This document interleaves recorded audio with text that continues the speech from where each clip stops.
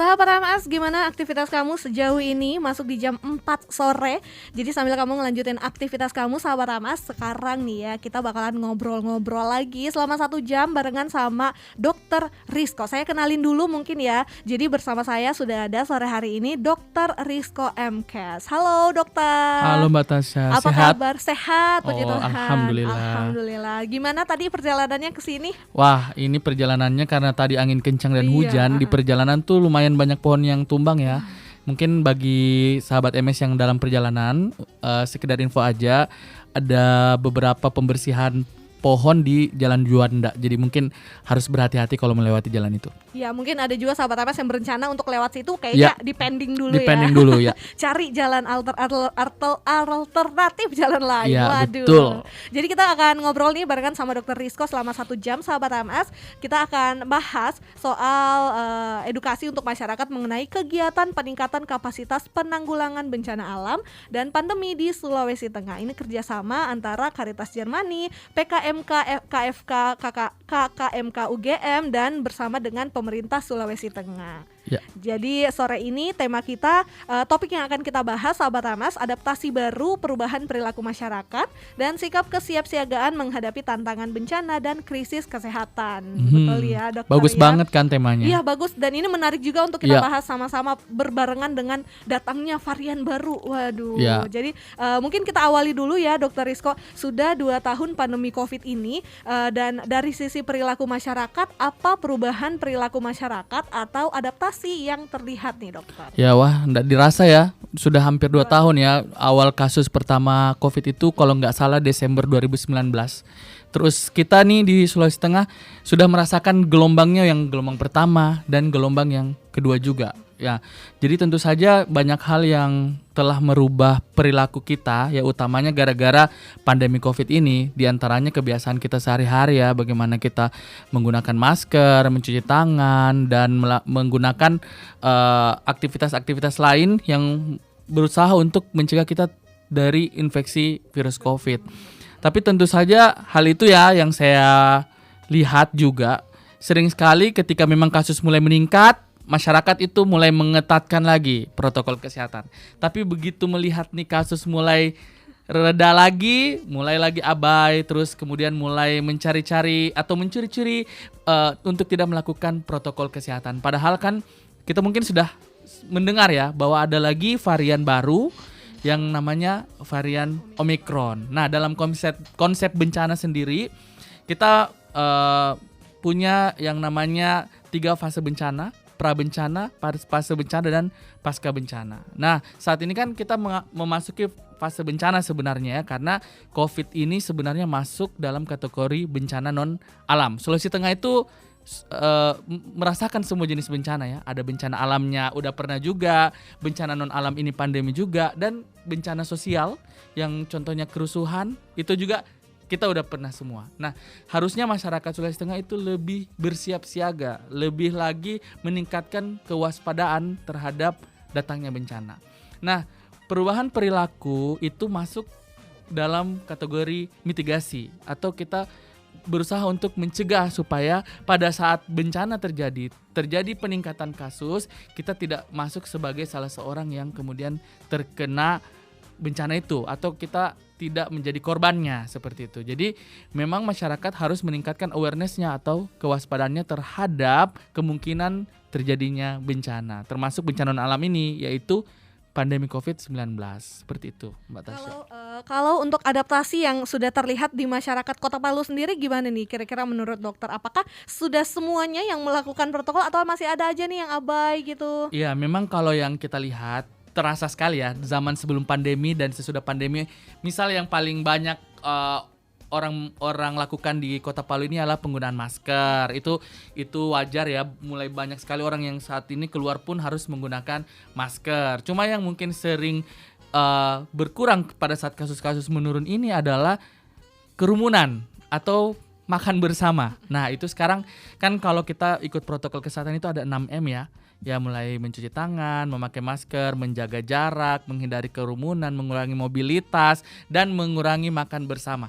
Nah, itu yang mungkin sudah sering dilakukan, yaitu adalah memakai masker, mencuci tangan, menjaga jarak. Tapi kalau untuk kerumunan, orang masih sering kumpul-kumpul, masih sering nongkrong-nongkrong, makan bareng. Nah, itu yang kemudian kita harus tingkatkan lagi kewaspadaannya, kita harus patuhi lagi protokol kesehatannya, apalagi nih kita mau menyambut masa Natal dan Tahun Baru. Jadi mungkin kalau sekarang tidak ada larangan untuk melaksanakan ibadah ya, tetapi ibadah Natal itu ataupun nanti Tahun Baru perayaannya tetap harus dilakukan sesuai dengan protokol kesehatan. Kalau memang bisa, tidak usah ada perayaan yang berlebih-lebihan, apalagi mengumpulkan orang dalam jumlah yang banyak begitu, karena kita ingin semuanya bisa melewati COVID ini, karena varian Omikron ini sendiri adalah varian yang baru yang kita sendiri itu belum tahu bagaimana sifat dan penularannya, gejalanya, efeknya itu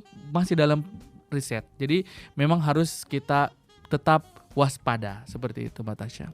Terkait dengan yang ini nih Kak Dokter, yang varian baru kan Omikron, apakah protokol kita yang selama ini kita jalankan cuma 3M ya, yang paling sering kita jalankan cuma cuci tangan, pakai masker, menjaga jarak, itu aja. Apakah protokol kesehatan 3M ini masih bisa kita pakai untuk sekarang ini di varian Omikron ini, Dokter? Iya, jadi sebenarnya kalau yang seharusnya kan 6M ya. Jadi 6M itu harus tetap dilaksanakan karena memang untuk saat ini itulah yang paling utama dalam hal melakukan pencegahan supaya kita tidak terinfeksi, dan tentu saja jangan lupa vaksinasi, karena vaksinasi itu sendiri adalah suatu upaya untuk meningkatkan kekebalan, baik kekebalan secara individu maupun kekebalan secara komunal. Kita berharap memang target pemerintah dalam hal vaksinasi ini yaitu di akhir bulan Desember ini 70% penduduk Sulawesi Tengah itu sudah tervaksinasi. Jadi siapapun yang belum divaksin, ayo ya, apalagi ini mau Natalan ya. Jadi supaya upaya kita untuk bisa meningkatkan kekebalan, tidak menularkan ke orang adalah dengan vaksinasi. Sekarang masih banyak kok gerai-gerai yang dibuka dan masih gratis. Benar. Jadi kalau udah tahun depan kayaknya udah bayar ya, Dokter ya. Ya, ada yang info seperti itu. Memang belum ada edarannya tuh, tapi sebaiknya dioptimalkan di akhir tahun ini karena kita berharap semua orang sudah divaksin. Mbak Tasya udah kan? Udah dong, 2 kali. Luar biasa. Luar biasa. Pasti dokter udah ya, yang udah pertama dong. garda terdepan pasti udah. Tapi boleh nggak sih dibagi sama kita, Dokter, kira-kira kalau di Kota Palu sendiri tuh udah berapa persen masyarakatnya yang udah vaksin? Kalau Palu sendiri sebenarnya dia udah lebih dari 70% ya.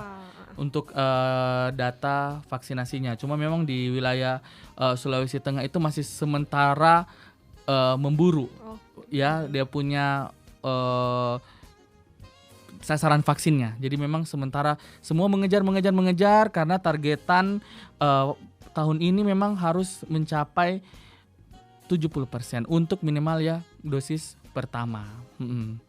Jadi kalau udah dosis pertama sekitar 70%, jadi mungkin ada harapan ya nanti tingkatan di vaksin kedua. Iya, secara teoritis itu adalah kalau umpama sudah kurang lebih 70-80% orang sudah divaksin, artinya timbul kekebalan komunal atau kekebalan komunitas, sehingga resiko untuk orang yang belum divaksin itu bisa berkurang ya.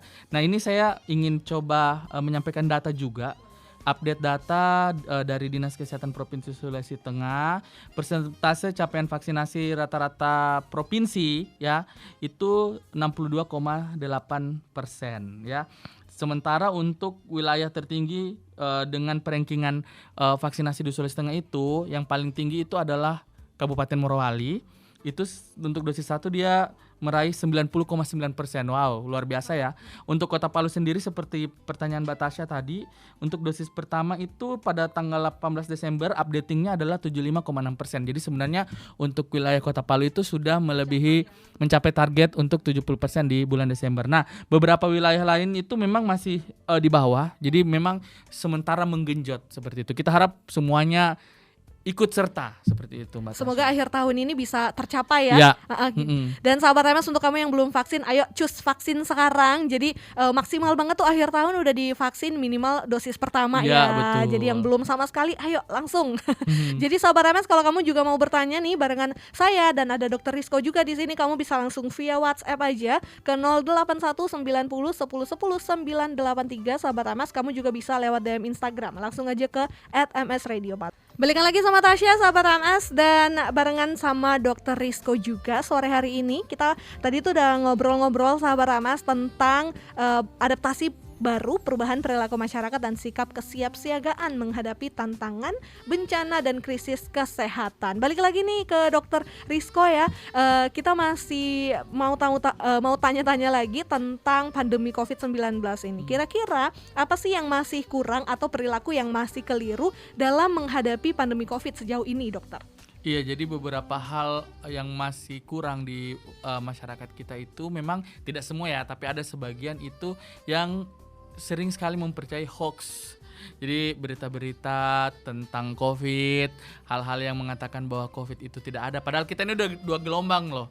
Ya, apakah mesti harus 3 gelombang dan harus kita yang menjadi korban baru kita percaya kan? Jadi memang hal-hal seperti itu ini sudah nyata sekali. Itu sebaiknya kita melakukan prokes saja. Karena kalau tidak, kalau kita yang jadi korban, kita malah merugikan diri kita sendiri kan. Jadi memang paradigmanya itulah yang kemudian harus diubah di masyarakat kita, bahwa perilaku hidup sehat itu sebenarnya bukan sebuah kewajiban tetapi justru kebutuhan. Jadi kalau kita merasa itu sebuah kebutuhan, maka kita akan melakukan itu dengan senang hati, tidak ada paksaan. Jadi termasuk melakukan protokol kesehatan yang 6M itu tidak merasa bahwa itu sebagai sebuah hal yang menjadi tuntutan, tetapi saya rasanya saya butuh ini supaya saya bisa hidup sehat, supaya saya bisa bekerja dengan baik.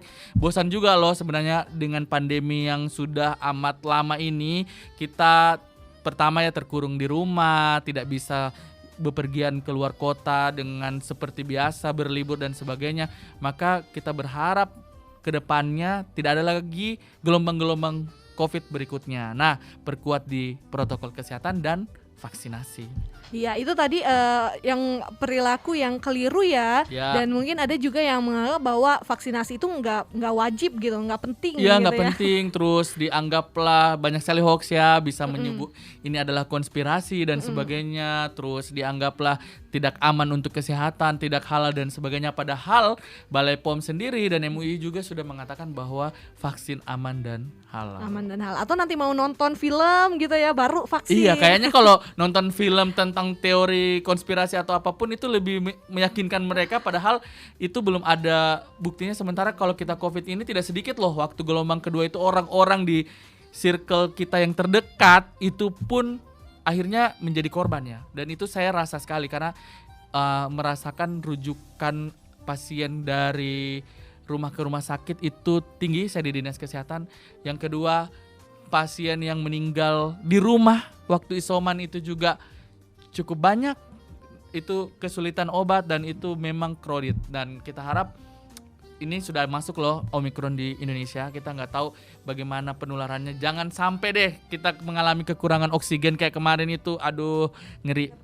Ngeri betul. Jadi dokter, jangan sampai kita harus ngalamin dulu ya baru mau percaya COVID itu ada gitu. Jadi terkait dengan vaksin tadi dokter, seberapa efektif sih vaksin terhadap varian Omikron gitu? Iya, jadi sebenarnya varian Omikron ini juga masih baru ya. Jadi efektivitas vaksin terhadap varian tersebut itu juga belum ada riset yang menunjukkan hasil yang pasti, karena ini kita baru berada dalam fase di mana Omikron itu kurang lebih 1 atau 2 bulan terakhir baru ada namanya.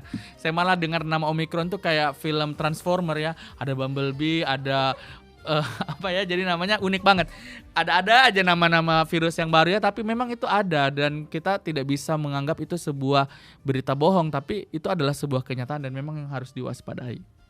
Ya, karena Omikron kan udah masuk ya dokter di Indonesia kan, seperti tadi dokter Rizko bilang. Jadi gimana nih cara yang baik untuk kasih tahu ke masyarakat terkait dengan varian baru ini supaya nggak terjadi kepanikan. Biasanya kan orang langsung panik ya kalau misalnya ada varian baru. Jadi gimana caranya kita ngasih tahu supaya masyarakat itu bisa tetap tenang dan tetap menerapkan protokol kesehatan. Iya, jadi sebenarnya dalam konsep bencana apapun itu memang kita tidak boleh panik dalam menerima informasi sesuatu, karena kalau kita panik kita nggak bisa berbuat yang rasional ya, jadi semuanya irasional. Nah, dalam konsep kebencanaan juga ada yang namanya kita melakukan penilaian resiko bencana, baik itu bencana alam maupun bencana non alam, dan kita melakukan manajemen resiko itu. Jadi ketika terjadi bencana, ada orang-orang atau ada lokasi-lokasi yang beresiko. Kalau bencana alam lokasinya ya, kita bisa lihat misal kayak orang membangun rumah di tepian pantai, itu beresiko terkena tsunami.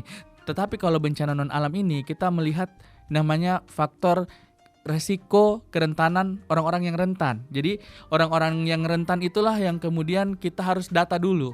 Di keluarga kita ada siapa saja yang rentan. Yang rentan itu adalah orang tua, orang-orang yang difabel atau berkebutuhan khusus, terus anak-anak atau orang yang punya penyakit penyerta, itu adalah orang-orang yang kemudian rentan gampang terkena penyakit. Ya tidak menutup kemungkinan kita juga ya, tapi diidentifikasi terlebih dahulu. Selanjutnya setelah dilakukan identifikasi, orang-orang ini kemudian diajarkan atau diedukasi untuk meningkatkan protokol kesehatannya sendiri untuk bisa merawat diri, kemudian diberikan asupan gizi yang cukup, dan diajarkan juga bagaimana kalau umpama dia menemukan gejala-gejala untuk bisa segera melapor. Nah, selanjutnya setelah itu kalau dalam keluarga ini juga sudah dilatih untuk menghadapi kebencana baik alam maupun non alam, kita juga harus mengedukasi bahwa ketika ada gejala-gejala seperti itu harus melapor ke siapa?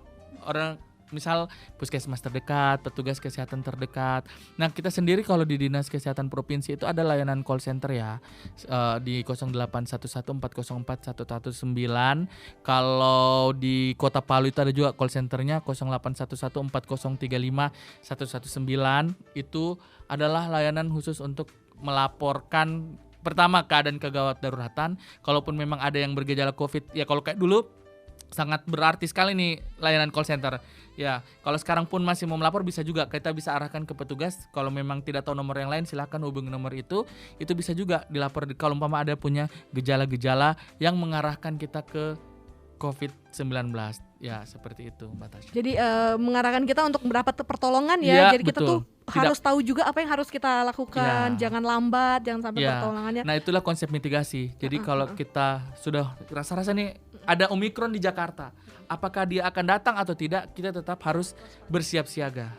Seperti itu. Lebih baik mencegah ya, Dok. Ya, makanya nggak bakalan panik kalau sudah datang. Kita udah punya tamengnya. Yes. Dan mungkin kita jawab dulu pertanyaan dari satu orang nih, sahabat MS, ada Rina di Garuda. Halo Mbak Rina. Halo Mbak Rina. Bagaimana kalau terjadi bencana tapi di lain sisi kita ini masih menghadapi COVID-19? Apalagi Indonesia akhir-akhir ini kan banyak bencana alam yang terjadi. Gimana nih, Dokter? Iya, jadi sebenarnya memang itu adalah tantangan. Kalau di kita, apalagi yang saya bilang di Sulawesi Tengah itu kita etalase bencana ya, hampir semua bencana ada. Ya, bencana alam, non alam, sosial itu semua ada.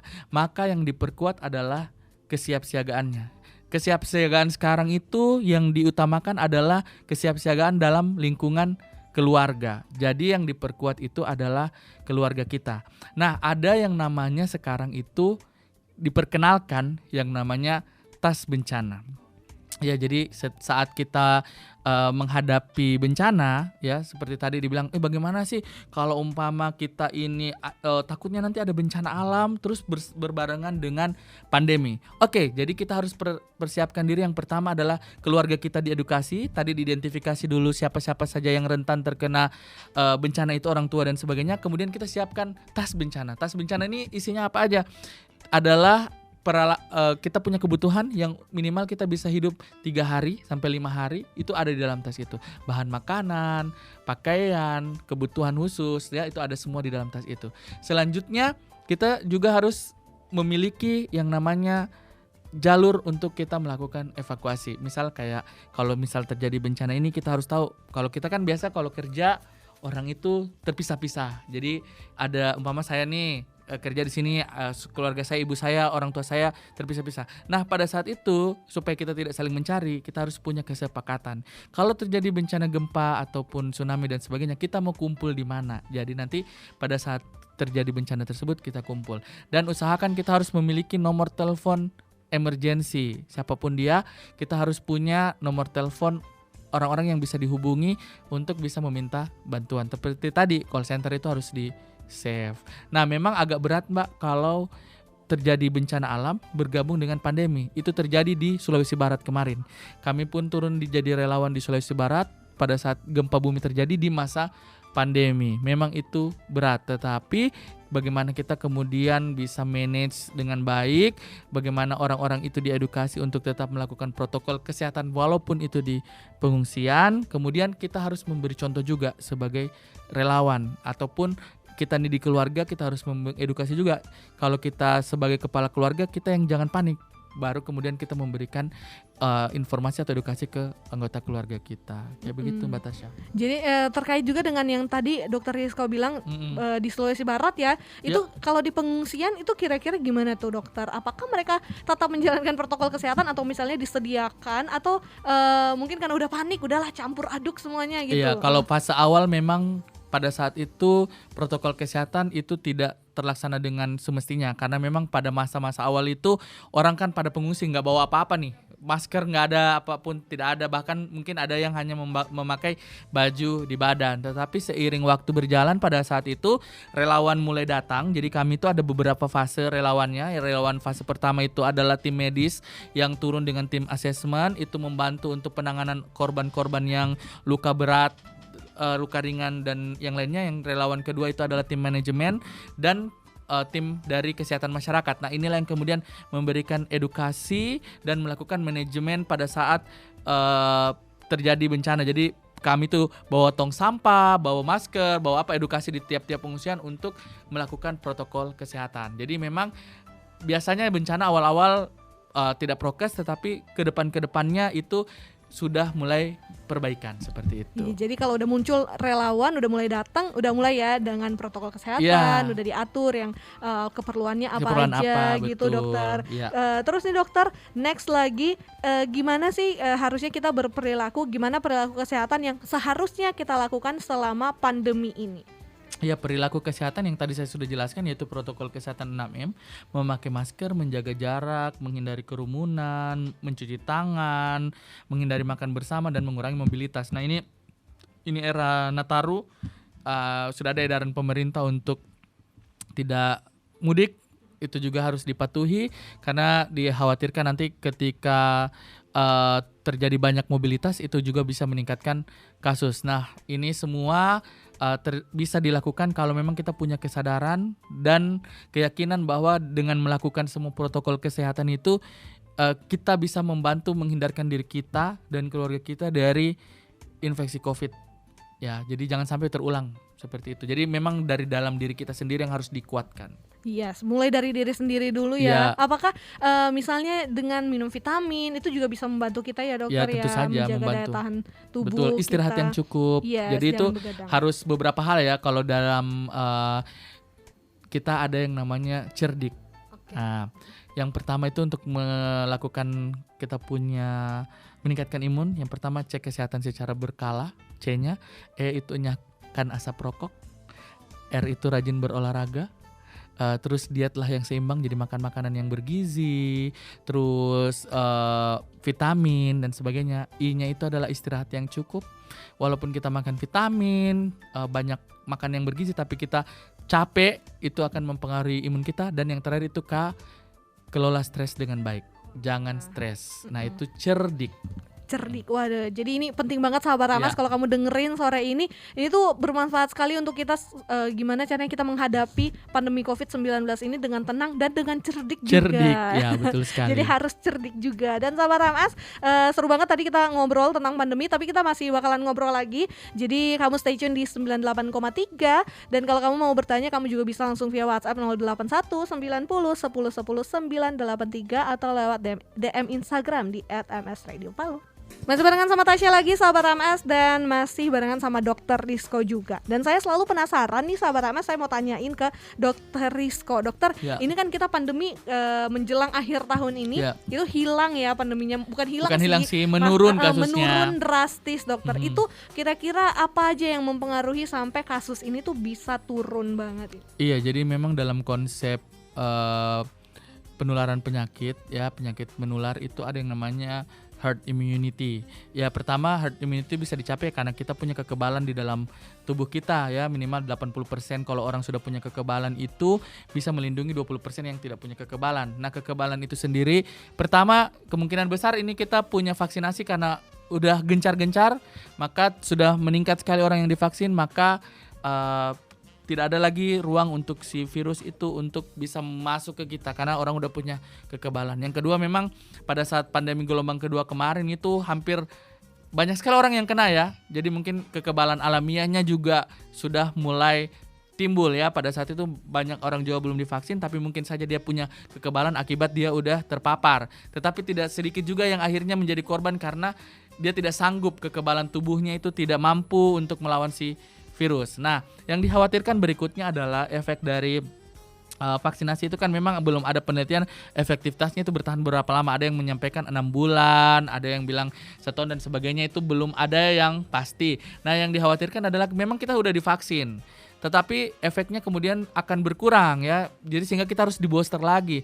Nah, yang berikut, varian virus ini berubah-berubah. Apakah vaksin yang kemarin itu efektif melawan varian yang baru? Nah, itu juga yang dikhawatirkan, kita bisa dapat gelombang ketiga kalau kita semua itu tetap melakukan protokol kesehatan dan apalagi vaksinasinya juga tidak. Jadi kita tidak punya kekebalan dan prokesnya juga tidak dilaksanakan. Jadi memang banyak hal yang kemudian kita harus tetap budayakan. Ya, memang merubah perilaku itu tidak segampang membalik telapak tangan ya. Dia butuh waktu, butuh proses pembiasaan terus menerus, diulang-ulang. Nah, makanya butuh waktu yang cukup panjang, tapi keinginan dari diri itu yang utama, Mbak Tasya. Iya, jadi memang tidak menutup kemungkinan kita masih bisa terserang gelombang ketiga ya, tapi harus pelihara protokol kesehatan. Ya, itu yang kemudian sangat dikhawatirkan sekarang. Iya, dan kita jawab dulu nih pertanyaan, ada dari Anwar di Lansat.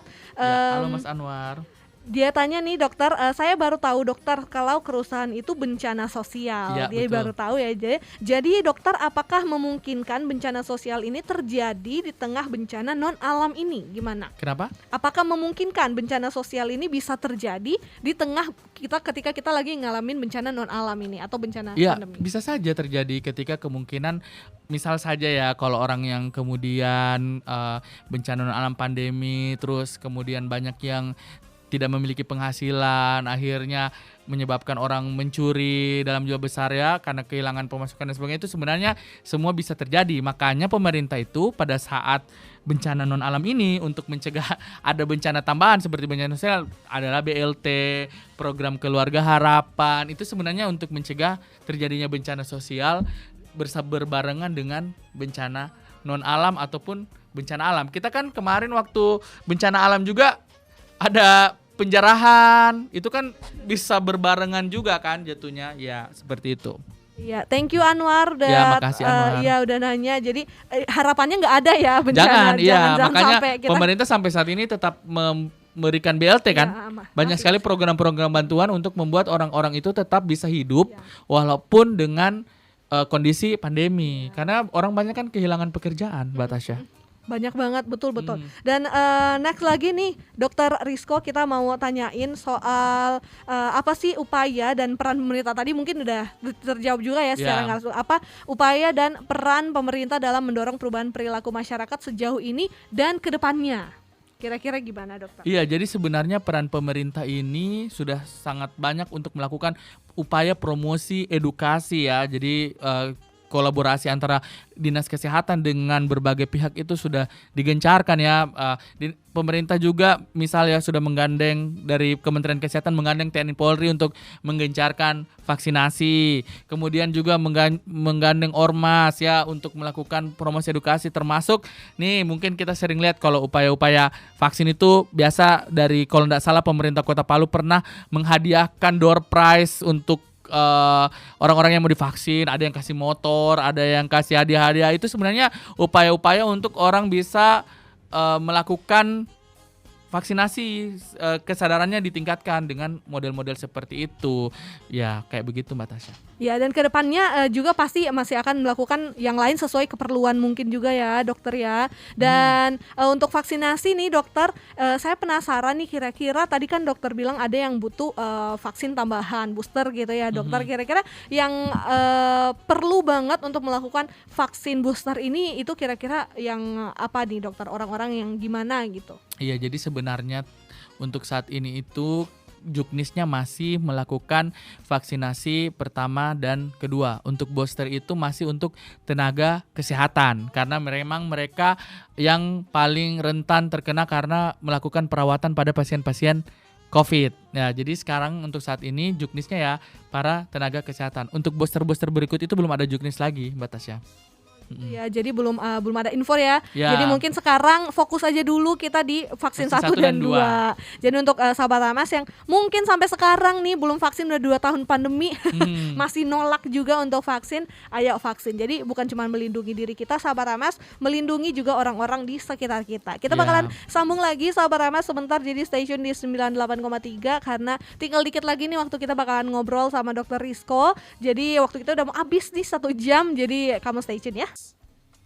Balik lagi sahabat Amas, masih barengan sama Tasya dan juga Dr. Rizko. Hampir 1 jam nemenin kamu nih, kita ngobrol tentang pandemi COVID-19 sahabat Amas yang udah kita alamin selama 2 tahun. Bosen ya dokter ya?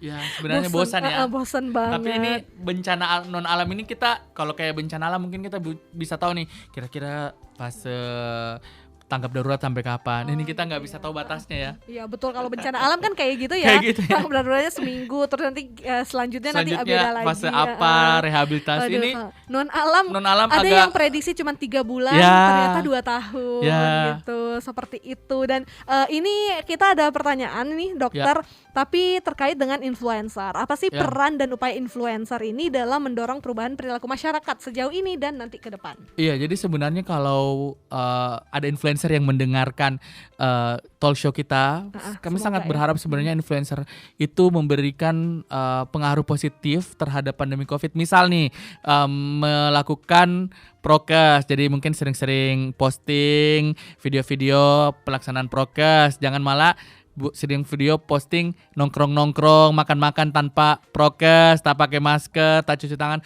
Jadi sebenarnya karena influencer ini banyak sekali yang melihat dan memberikan pengaruh ke orang banyak, seharusnya pengaruh-pengaruh yang diberikan itu adalah pengaruh positif. Jangan nanti misal influencernya tidak vaksin, atau malah memberikan berita-berita hoax vaksin. Jadi kan kasihan juga, itu bisa membuat kami tenaga kesehatan harus bekerja ekstra untuk meyakinkan masyarakat untuk melakukan prokes ataupun vaksinasi begitu. Jadi sebenarnya kami berharap influencer ikut nih. Tidak sedikit, saya malah beberapa sering lihat di Instagram ada memang influencer yang bagus banget, dia sering kalau vaksin dia posting, dia cerita bagaimana pengalaman vaksinasinya yang tidak mengalami gejala yang berat dan sebagainya. Itu sebenarnya kami sangat terbantu. Makasih banyak kalau ada yang seperti itu. Iya, jadi nggak ada salahnya juga, siapa tahu ada sahabat Amas yang melakukan protokol kesehatan atau mungkin vaksin, diposting gitu. Jadi lumayan kan kalau ada keluarga yang lihat. Tapi kalau menurut dokter nih sejauh ini di Sulawesi Tengah mungkin ada influencer atau mungkin ada kenalan-kenalan dokter gitu yang setiap melakukan protokol mereka posting nih, mereka bantu sebar, itu banyak nggak sih? Ada dokter? sih, lumayan. Saya mengikuti beberapa influencer di Kota Palu ini, yaitu saya cukup berbahagia karena memang mereka sudah prokes ya. Yang lainnya yang mungkin belum melakukan itu, kita harap bisa ada postingan lah minimal. Utamanya vaksinasi ini. Kalau memang bisa, kami yang mendengarkan influencer-influencer yang ada di Kota Palu ini, yang sambil naik mobil atau di rumah yang dengarkan ini, boleh dong saya request satu konten bagaimana kita melakukan pencegahan COVID, misal untuk prokes ataupun tentang upaya vaksinasi. Itu aja. Iya, jadi boleh dibantu ya Dokter Rizko dalam penyampaian kepada masyarakat. Bukan cuma saya yang dibantu ya, semua tenaga kesehatan. Semua tenaga kesehatan dibantu. Ini ada challenge nih dari Dokter Rizko. Gimana influencer di Kota Palu yang followersnya tuh udah banyak ya. Itu kan lumayan kan dokter, bisa membantu ngasih tahu. Tribute to MS Radio. Yes. Dan dokter, kita ada pertanyaan nih. Mungkin bukan pertanyaan, ini pemikiran aja gitu ya. Dia bilang, halo Dokter Rizko, lama nggak denger dokter di MS Radio lagi. Siapa tuh? Ada yang kangen nih ya. Jadi saya mau memberikan pemikiran saya. Jadi bukan hanya influencer aja yang bisa merubah perilaku masyarakat. Mungkin pejabat nih, katanya pejabat juga bisa memberikan contoh. Hal terdekat adalah guru atau dosen kita. Gimana tuh? Betul banget. Jadi kalau semua orang yang memiliki memasuki masa ya dalam tanda kutip ini orang yang public figure lah ya, baik itu influencer, guru, pejabat dan segala rupa yang punya orang-orang yang memantau mereka, ya itu sebaiknya memberikan pengaruh positif ya, jangan sampai mereka justru yang koar-koar nggak usah vaksin begini-begini dan sebagainya. Aduh, itu kan jadinya bertentangan dengan apa yang kita sedang perjuangkan saat ini kayak begitu. Tapi saya penasaran nih Dokter Rizko, apakah Dokter Rizko juga terjun langsung gitu ya untuk mengedukasi bukan cuman masyarakat tapi ada juga misalnya guru atau dosen gitu, pernah nggak sih Ya, dokter? kalau di kami sebenarnya dengan teman-teman FKKMA UGM itu justru sudah lebih dari itu. Jadi kalau kayak kita sudah melakukan pendampingan terhadap fasilitator bencana. Jadi memang sudah ada malah pelatihan khusus untuk menjadi fasilitator. Jadi nanti dosen-dosen yang kita latih dan mahasiswa juga itu sudah terlibat, yaitu yang dari Fakultas Kedokteran Unisa dan Universitas Tadulako. Dan kemarin Mbak Tasya, mungkin kemarin ada Bu Wali ikut ini ya, talk show ya tentang relawan Nagasi. Nah itu hasil dari kita juga melakukan kolaborasi terhadap teman-teman dosen untuk bisa ikut membantu penanganan COVID ini dan juga jadi role model kayak begitu. Emang memakai orang-orang yang coba berpengaruh gitu ya, Ya, supaya betul. ikut menjelaskan nih sama masyarakat kayak gini loh Ya, gitu. tapi Mbak Tasya ya, sebenarnya saya itu kemarin waktu dibuka keran untuk vaksinasi orang usia muda yang 12 tahun ke atas, saya malah senang. Kenapa? Kalau kemarin kan yang awal-awal itu yang divaksin itu adalah lansia. Kan lansia itu cenderung, ini dalam tanda kutip ya, ada yang tidak bisa bersosmed. Nah kemarin waktu anak muda sudah mulai dilakukan vaksin, kan kami siapkan foto booth.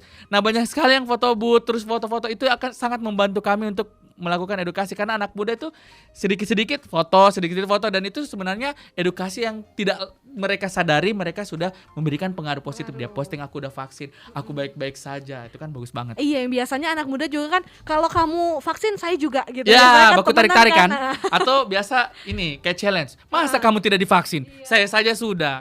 Gitu, Gitu kan. jadi kalau temannya divaksin, kau duluan. Kalau kau vaksin saya Aman. juga. Ya begitu, justru gitu. enak. Jadi Makanya biasanya itu, dia lihat orang dulu nih. iya, Itu kayaknya aman-aman itu. memang generasi milenial kan itu sangat bagus untuk melakukan edukasi. Makanya kemarin betul. kita juga sempat kerjasama dengan di Kota Palu, itu sempat bentuk yang namanya duta vaksin. Ya, itu duta yang dibentuk untuk bisa melakukan edukasi pada masyarakat dari kalangan muda, jadi mahasiswa.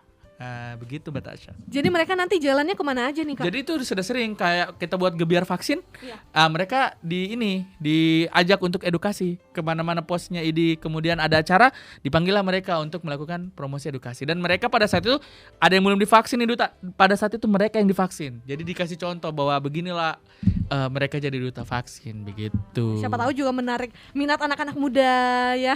Iya. untuk lebih tertarik lagi nih dengan vaksinasi. Kan kalau sekalangan seumuran mereka yang bicara lebih percaya. Kalau orang tua yang bicara ini anak muda kan beda bahasanya. Iya kayak gitu. Waduh seru banget nih ngobrol Iya. sama Dokter Rizko. Tapi sayangnya waktu kita dokter udah hampir habis nih Dan ya. hujan di Palu ini sangat mendung-mendung manja ya. Dokter Rizko sudah ingin pulang rebahan Enggak. gitu ya.